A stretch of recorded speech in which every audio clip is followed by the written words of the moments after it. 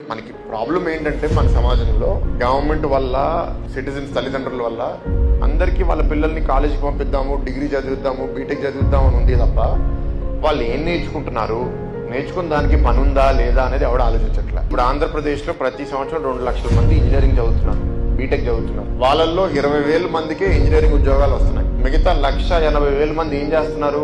ఖాళీగా కూర్చుంటున్నారు, లేకపోతే ఇంజనీరింగ్ కి సంబంధం లేని ఉద్యోగాలు చేస్తున్నారు. వాళ్ళు డ్రైవర్ గా జాయిన్ అవుతారు, ప్యూన్ గా జాయిన్ అవుతారు, ఇంకేదో జాయిన్ అవుతారు. మరి దానికి ఇంజనీరింగ్ డిగ్రీ ఎందుకు అంటే అదొక ప్రెస్టీజ్ అయిపోయింది. ఫస్ట్ ప్రెస్టీజ్ ఏంటి? నా పిల్లలు కాలేజ్కి వెళ్ళారు, డిగ్రీ తెచ్చుకున్నారు. నెక్స్ట్ ప్రెస్టీజ్ ఏంటి? డిగ్రీలో మా అబ్బాయి ఇంజనీరు, మా అబ్బాయి డాక్టరు, మా అబ్బాయి ఇంకేదో, మా అమ్మాయి ఇంకేదో. ఈ ప్రెస్టీజ్ దేనికి పనికి వస్తాయి? నీకు ఏం చేయాలో నీకు తెలియదు, నువ్వేం ఆలోచిస్తున్నావు నీకు తెలియదు. ఒక డిగ్రీ చెత్త పేపర్తో సమానం. అందుకే నేను చాలా మందికి చెప్పేది ఏంటి అంటే, నువ్వు ఏం డిగ్రీ పొందావు అనేది ఇట్ ఈస్ యూజ్లెస్. నువ్వు ఏమి నేర్చుకున్నావు దట్ ఈస్ యూస్ఫుల్. అందుకే మీ కాలేజీలో వాళ్ళు కూడా మీరు అడగాల్సింది ఏంటంటే, మీరు నేర్పించే దాంట్లో ఏది నేను రేపు పనిచేయడానికి వాడుకోగలుగుతాను. కంప్యూటర్ వాడడం, typing, Microsoft Excel, Microsoft Word, now chat GPT, ఇవన్నీ వాడటం వస్తే అదొక వైపు. ఫిజికల్ గా నేనేం చేయగలుగుతాను? I'm being honest.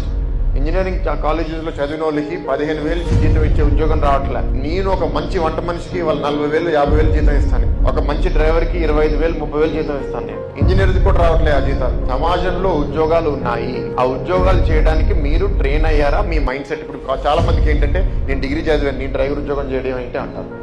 డిగ్రీకి దానికి సంబంధం ఏంటి? నువ్వు డిగ్రీకి వెళ్ళి ఏమీ నేర్చుకోలే. ఆ ప్రెస్టీజ్ ఉన్నాడు, ఇంట్లో కూర్చొని ఖాళీగా తిరుగుతున్నాడు, మైండ్ ఓపెన్ గా పెట్టుకున్నాడు, డ్రైవర్ ఉద్యోగం చేసి 30,000, 40,000 జీతం సంపాదించి బాగా బతుకుతున్నాడు. కొన్ని రోజుల తర్వాత సొంత బైక్, సొంత కారు కొనుక్కుని తను ఓలా ఊబర్కి వెళ్ళి తను దాంట్లో సంవత్సరానికి నెలకి 80,000, 90,000 సంపాదించే పరిస్థితి. ఇదంతా ఆలోచన. మన వీధిలో 10 మంది పిల్లల్లో 3 డిగ్రీ చదివి మిగతా వాళ్ళు చదవకపోతే ఆ తల్లిదండ్రులు ఏంటంటే, మా పిల్లలు డిగ్రీ చదివారు, మా పిల్లలు బాగా చదివారు. ఎవరికి కావాలి?